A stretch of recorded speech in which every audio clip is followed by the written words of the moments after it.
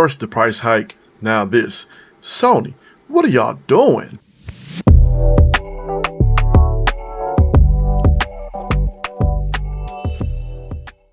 Okay, so Sony has implemented this whole new digital rights management, or DRM as they say, a whole system, a new DRM system, which will require PlayStation 4 and PlayStation 5 digital games to connect online every 30 days. This system may involve revoke access to games if the console stays offline, which I just find that, that don't seem right to me. That don't even makes sense to me. So why go in this direction after you guys had a price hike? You know what I'm saying? It just, to me, like, now the games that we had that we don't play, offline, we have to be online to play them too. Let me show y'all this article so y'all can see what I'm talking about. Now, this is the article here. Every time Sony successfully verifies a license, the whole valid period from start to end, and the remaining time it should reset for another 30 days. You can then play the game both online and offline till the remaining time shown in its information page expires. However, if you're unable to connect your PlayStation 4 or 5 console to the internet for any reason, the affected games may disappear the home screen or refuse to launch until the license is verified online. This will be because the game license has expired, preventing the console from displaying or booting it. So are you trying to tell me that the games that we paid our hard-earned money on digitally, that it has to be verified online? Is that what y'all telling us? Because that sounds crazy. And then another thing that came up, they was talking about the whole age verification as well. So don't the PlayStation already have that system, have that into the consoles as well, where you have to have parental controls anyway? So why are we doing this? Why are we doing this whole make sure the games be online and all that? Like, I understand that the gaming industry is going through this dramatic change, ever since we've been playing games online. But there's some games like single player games, RPG games, that don't even require to be online. They don't really need to be verified to me. I mean, we paid, from what I'm hearing is, with the people that buy the digital game, because I have a PS5 Pro where I had to buy the whole digital stuff because I don't have a disc drive, but you had to buy the disc drive for an extra $79, $80, which that's just crazy. So in other words, they already said that we don't own the games as such. So it's just funny to me on how, now they're trying to implement this whole new, this whole new system. So let me pull up another clip real quick so I can show you guys about the whole internet connection thing, because I want to talk about that.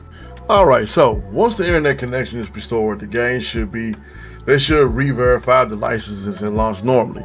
Therefore, they will likely not vanish permanently. Nonetheless, the reports are accurate. Sony rolled out such a DMC system without formal announcement, which I find that kind of weird, and uses in countries that lack lackable internet. Which, like I said, a lot of people's internet is not stable at times. So you mean tell me, like, in 30 days or something like that, like the internet could be down for like the next a month or so, and we lose our games because we didn't have internet connection? Come on now, like, really, Sony, come on. Let's be real. You already did a hike price. We're already paying for online service. So now we have to make sure that we are online every time to play our digital games. Man, come on now. Like, this is ridiculous at this point. I mean, I understand that, y'all try to make all these little changes to the gaming industry, but, just to play games online, even games that don't even require online services. We have to have online services to play them too.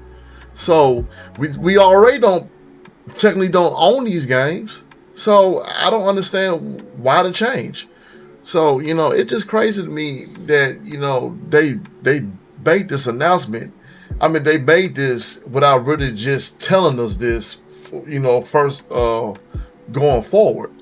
But they're saying that this is only just a rumor, so I'm hoping that it really is just a rumor, because, you know, something like this will mess up gaming, because a lot of people don't, like you said, a lot of countries don't have, you know, internet access.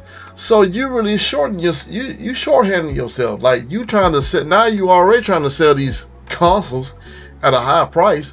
So now you adding this system, you adding this whole online verification system.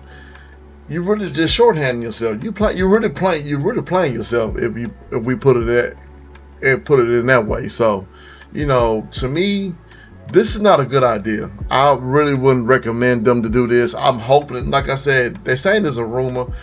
Hopefully it is, because, you know, this is not going to work. Like, I'm telling y'all, man, like I said, a lot of people on internet service is not the best. Buying clear is not the best, because I have moments where my stuff would drop, and like when especially I'm using my OBS system. So, you know, it's just kind of crazy how they want to go into this direction of gaming. And now games is already more expensive as it is, especially those digital. I mean, the deluxe digitals. Like, if you want to play the game early, you know, you have to buy the digital.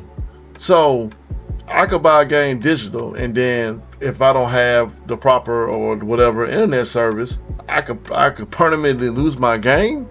I'm like, nah, that's not going to be a good direction, you know, for them.